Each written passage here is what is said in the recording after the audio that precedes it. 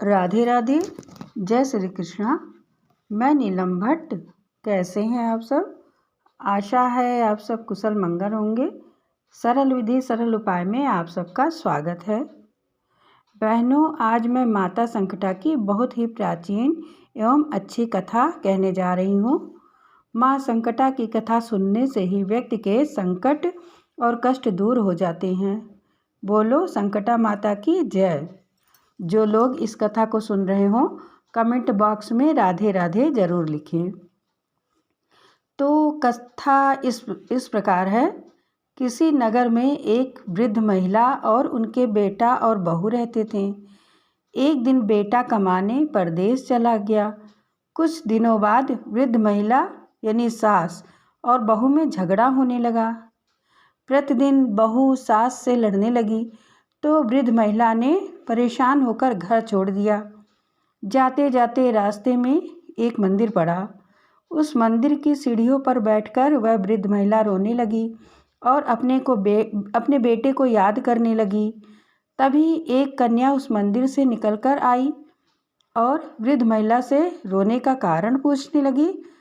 तो वो अपने बेटे और बहू के बारे में बताने लगी कि मेरा बेटा परदेश चला गया है और बहू मुझसे रोज़ लड़ाई करती है और रोज़ परेशान करती है।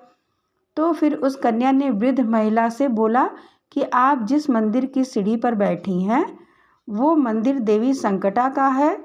माता संकटा सभी का दुख और संकट दूर करती हैं। और कन्या ने माता संकटा की पूजा की करने को विधि और नियम बताया। तब वो वृद्ध महिला अपने घर को लौट गई और एक दिन पहले से पूजा की तैयारी में लग गई।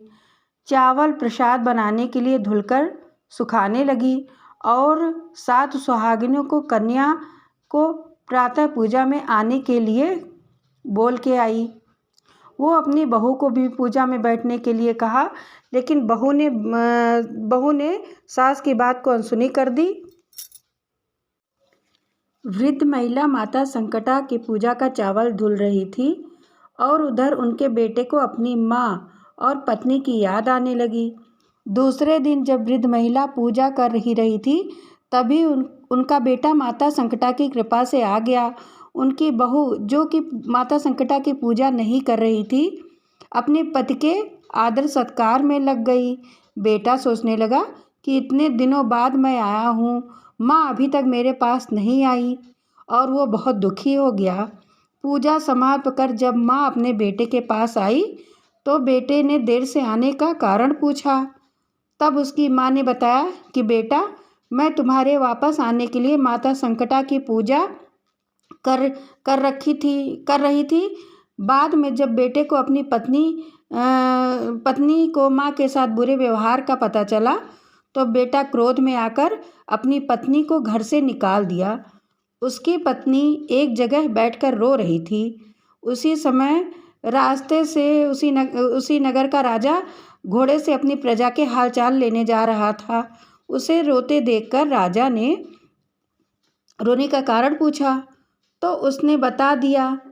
तो राजा ने कहा, तुम मेरे बहन जैसी हो, मेरे साथ चलो, मैं तुम्हें अपने महल में अपनी बहन बनाकर रखूँगा। वो महल में राजा के साथ उनकी बहन बनकर रहने लगी। कुछ दिनों के बाद वृद्ध महिला की बहू को अपने पति और घर की याद आने लगी और अपने करनी पर उसे पछतावा होने लगा। तभी उसको अपने सास के द्वारा माता संकटा की पूजा का ध्यान आया और वो माता संकटा से मन ही मन प्रार्थना करने लगी कि हे माता संकटा, मेरी गलतियों को क्षमा करके मेरी पति को मुझे लेने के लिए भेज दीजिए, मैं आपकी पूजा करूँगी। माता संकटा उसकी प्रार्थना को सुन ली और माता संकटा की पूजा करने के लिए वो तैयारी करने लगी।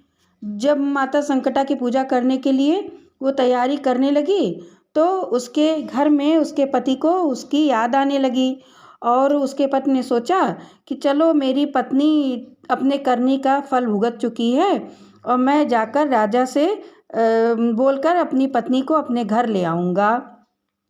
यह सोचकर उसके पति राजा के यहाँ गए और राजा से वो बोले कि जो आपकी मुँहबोली बहन है वो मेरी पत्नी है और मैं उसे ले जाना चाहता हूँ।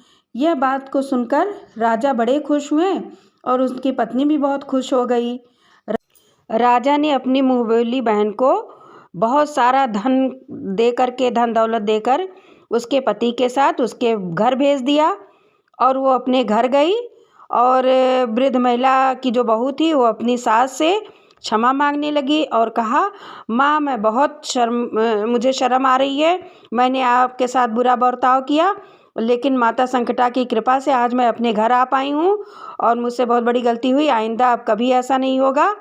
और सब पूरा परिवार खुशी खुशी रहने लगे और माता संकटा की कृपा से उनके घर में अन्न धन सभी की पूर्ति हो गई, क्योंकि राजा ने भी बहुत सारा धन दिया था और धीरे धीरे उसका पति कमा के बाहर से परदेश से भी लाया था और वो खुद रह के कमाने लगा, खाने लगा और वो लोग पूरा परिवार सुखी हो गया। जिस प्रकार माता संकटा की कृपा से उनका परिवार सुखी हुआ, वो लोग सुखी हुए, उसी प्रकार माता संकटा की कृपा हर कोई के ऊपर हो। बोलो संकटा माता की जय। आप सभी को मेरी ये कहानी यदि अच्छी लगी हो तो लाइक शेयर सब्सक्राइब ज़रूर करिए। राधे राधे, जय श्री कृष्णा।